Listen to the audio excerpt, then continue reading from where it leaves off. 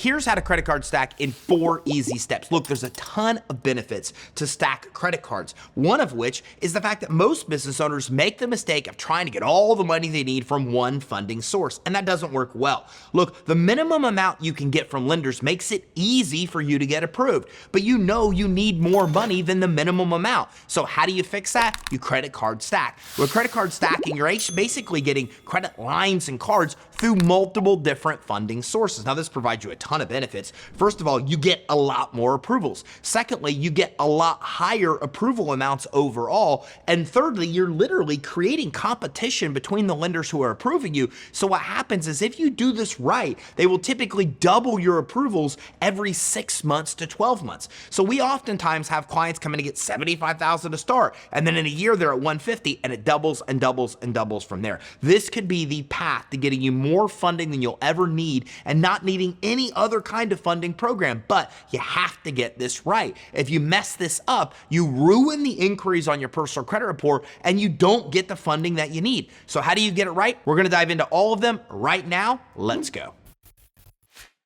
Step 1 of this process is you need to determine your strategies. Basically, this is where you're going to determine the lenders to actually go and apply with. Now, given there's a shortcut, and if you want the shortcut, go to creditsuite.com/CLH, and we can connect you with a funding source that will do all of this work for you. Now, back to the process. Step 1 is you have to develop your strategy of which lenders you're going to choose. And this is done by understanding the 4-tier system. You see, banks have a tiering system based on what kind of lending institution it is. So tier 1 are like your big national banks. Like think about Bank of America and think about Chase. Tier 1 are like smaller local regional banks. So here in Tampa, we have the Bank of Tampa as an example. You have your local banks as well. Tier 3 are credit unions, and tier 4 are subprime lenders. Now, for the case of credit card stacking, we're going to avoid altogether tier 4. So what you're really going to do is focus on a strategy to go and apply for a lot of different lenders in these 3 other categories. You want to include some national banks,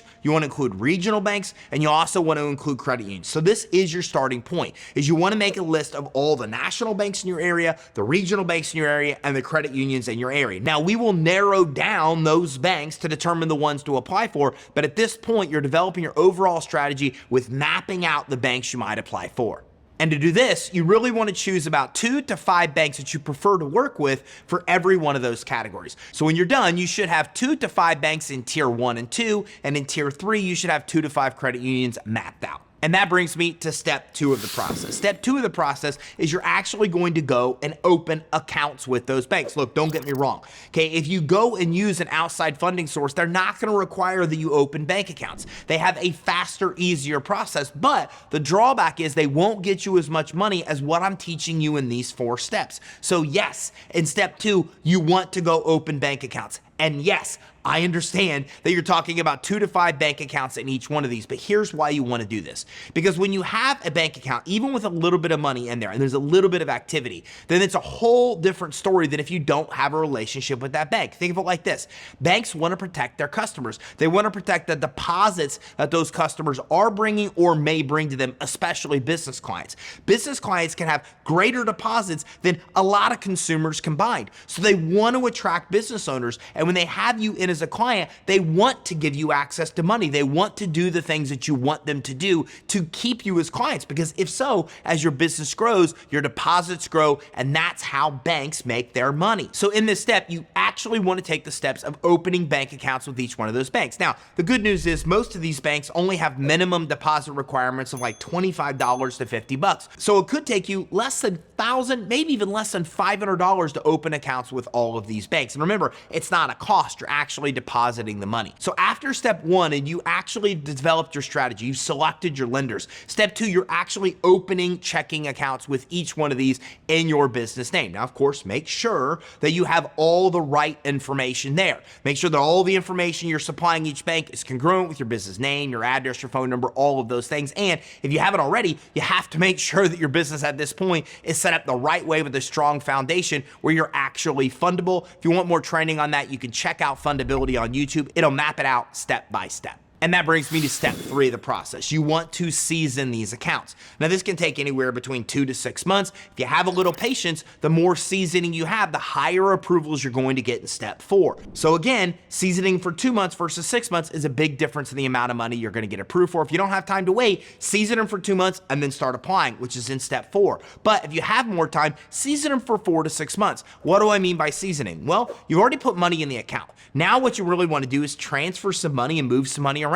So maybe you should make some more deposits in those accounts. Maybe you make withdrawals and move them to another account. Maybe you're transferring money from one account to the other. The key here is activity. You don't want to just open an account and have it sit there with 6 months with no activity. They want to see some money coming in. They want to see some money going out. They just want to see activity in the account. It's way different to have an account that has activity than have one that's just sitting there stagnant. So in this step, you're actually coming in and seasoning those accounts by having that money stay in that account and then transferring some money in and out to actually show a lot of activity on those actual accounts. Doesn't have to be frequent, but even if you're doing this once a week or once a month, that's enough to show some kind of activity in those accounts. And that brings us to the final step of this process, step 4, and this is the reward step. This is where you get all the money. In this step, what we're gonna do is we're gonna choose a day and we're going to dedicate that day to mass applying for credit and financing with all of these lenders. Look, here's why this is important.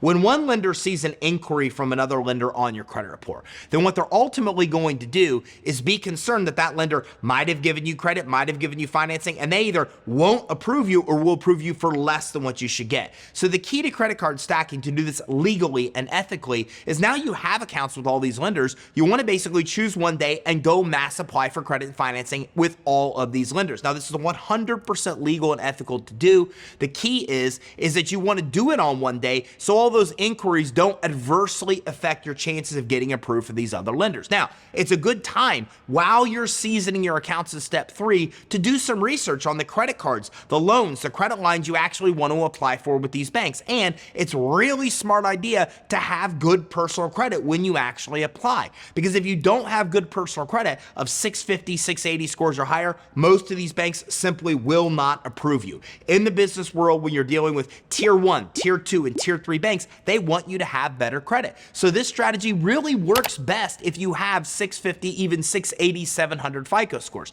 So in step 3, you're kind of going through and getting a gauge of the type of credit and financing that they offer that you're going to apply for. If you don't want to do that, well then go in when you set up the bank account initially and ask them what kind of credit and financing they have available for small business owners. That way, when you're in there setting up the account, you walk away with a list of potential products you're going to apply for. However you do it, in step 4, you want to be ready to apply. You want to have had your research done, know what you're going to apply for, have your applications up, and in one shot, in one day, you want to go out and mass apply for that credit and financing. And that's it. Congratulations, you're done. If you follow these steps, what will happen is now you're going to have most of those lenders that you actually set up approve you for something, some kind of credit and financing. Sometimes they'll approve you for multiple forms of credit and financing. And when you stack that together and look at those approvals, it oftentimes can amount to hundreds of thousands of dollars. Okay, there's people that get $300,000 to $500,000 doing this the first time. And again, when you get all of these approvals, it's easier then for lenders to compete against each other and for you to get your limits raised and get even higher approval amounts on credit cards and credit lines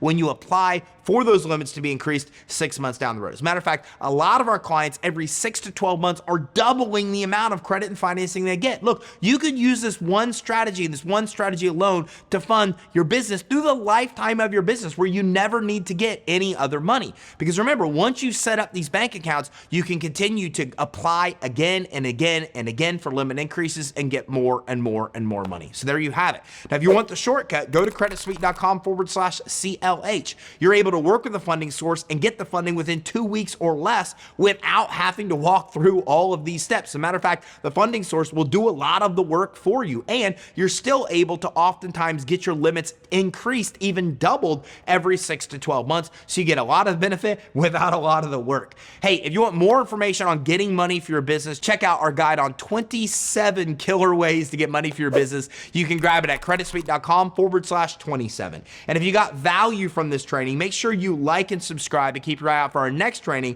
where we talk about more cool ways to get the money you need to start and grow your business.